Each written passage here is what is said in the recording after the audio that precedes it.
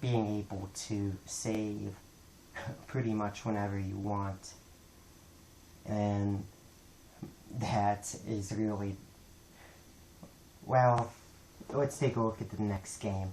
A game that I adore so much, but it does suffer in some points, some of the game, especially earlier on, from a lack of save points. And that would be Chrono Trigger. Damn, another brilliant game. I heard that Square nicknamed the team that made this game the Dream Team, simply because of how good the programmers were. And it really stands out in this game. This is one of the best video games of all time. Well, that's my opinion, of course. But out of everything I've played, which, just for Nintendo, that's saying a lot there. I mean, we have all the main systems there, plus, NES 2 and a family computer. So, Chrono Trigger. You need to play this if you've never played it before. If you don't want to spend so much money to get the Super Nintendo copy, because yeah, I know it's really hard to find, go ahead and get it on Nintendo DS. I hear that's a pretty faithful port. So, continuing with the RPGs here, I have my favorite Final Fantasy game. And it was the one that was never released in the United States. Final Fantasy V. Yeah, it's for the Super Famicom, but it's the Japanese system counts. It's really the same thing. So yes, Final Fantasy V for the Super Famicom. And the reason I would say that is, hands down, the jobs system is one of the most satisfying leveling up systems I've ever seen in an RPG. It makes it so you feel like you're accomplishing more. Not only that, the versatility of it all is just amazing, of what you can do for your characters in that game. And, of course, if I'm going to mention Final Fantasy V, we gotta mention the other two, the ones that did make it to the United States. And, I got the Japanese version of Final Fantasy IV right here. However, do not have Final Fantasy VI. Always wanted to play it. Be really nice, especially to get the US version since it's in English. But yeah. Oh, speaking of this, love this game too. Really badass. However, one of the things that got me down on it was just how you couldn't choose anything with your characters, like, what classes and stuff you wanted to be. Like, I'm familiar with Final Fantasy 1, also, it lets you do that. 3, Final Fantasy 3 lets you do that, I know also. But 5 does it the best with its job system. And a couple of more RPGs here that we want to note. And a few of you may not be or many of you may not be familiar with this one, simply because of how obscure it is. But here we have EVO, The Search for Eden. And this game, made by Enix, pretty much is about evolution. And okay, you can think back in the day in the Super Nintendo era.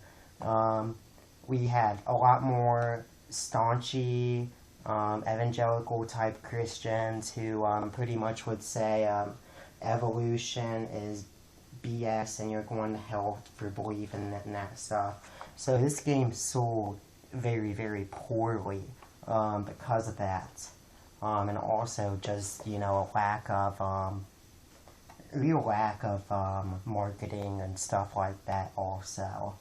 Really great game though. Like, you start out as like a fish and stuff, and eventually you have to always level up your creature and stuff and get points to evolve them and shit like that so you can destroy other monsters around you.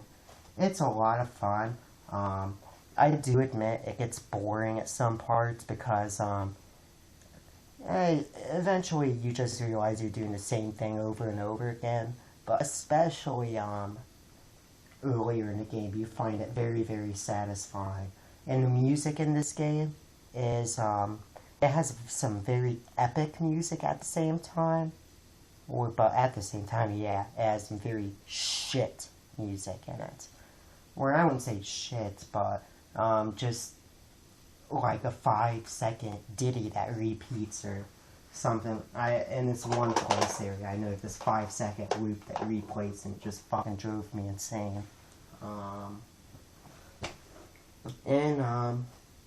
That leads me to the Gaia trilogy, which is kind of a mix of a Zelda game and an RPG. And the one I have is The Illusion of Gaia on the Super Nintendo. Really, really fun. Awesome game. Pretty much you fight Zelda style and all, kind of like you do in A Link to the Past with the top-down view and all, except you level up and stuff like that. So it's a lot of fun. Excruciatingly difficult game. Yeah, excruciatingly difficult. And I did say it's a trilogy, but I believe this is the second in the series. The prequel, I think it is let's see here, Sword something. Yeah, it's Sword something. I forget what it's called, but then you have Terranigma, which is downright one of the best RPGs ever made that never came to America. So, yeah, if you can wrap your head around that. One of the best RPGs we never got here in the States. I would say that game is. And we just, well, that's all the RPGs I have. I know I didn't show off Secret of Mana. I know, I don't have that game yet. Haven't played it, unfortunately. Can't wait to. It's one of the things I might eBay very soon.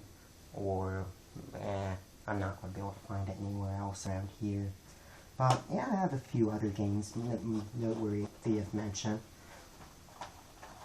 And, I'll lay the first trilogy out here I want to talk about. Donkey Kong Country, Donkey Kong Country 3, and Donkey Kong Country 2, Diddy Kong's Quest. My favorite being the second one there. And yes, again, those are the Super Famicom versions. It's actually cheaper to get them that way. Because I lost my childhood ones, unfortunately. Yeah, I was kind of a stupid kid back then. Especially because I hear the US version of number 3 is a little bit more difficult to find. Yeah. If you haven't seen those games, check them out. But I think that enough of you know the Donkey Kong trilogy that I can move on from here. Yeah, the one from here, The Lion King. Very memorable game as a kid of mine. Mario Paint. Yeah, a lot of fun. And please, who else remembers someone drawing penises on Mario Paint and stuff like that? Just to piss adults and shit off. Oh gosh, that was so much fun. And I love that little fly swatter game in that. Yeah, that bitch is fucking sweet. And Star Fox. And Star Fox 2. And yes, you do see the little 2 there. This is a reproduction cartridge. So, yeah, I know. The label's kind of peeling right there. I'll glue it back on. But, yeah, I have a reproduction cartridge, Star Fox 2. Fucking awesome game. So is the original. And that would be why I think the Super Nintendo is the best console. Look at all those games. Fucking epic, dude. Like, I understand if you, like a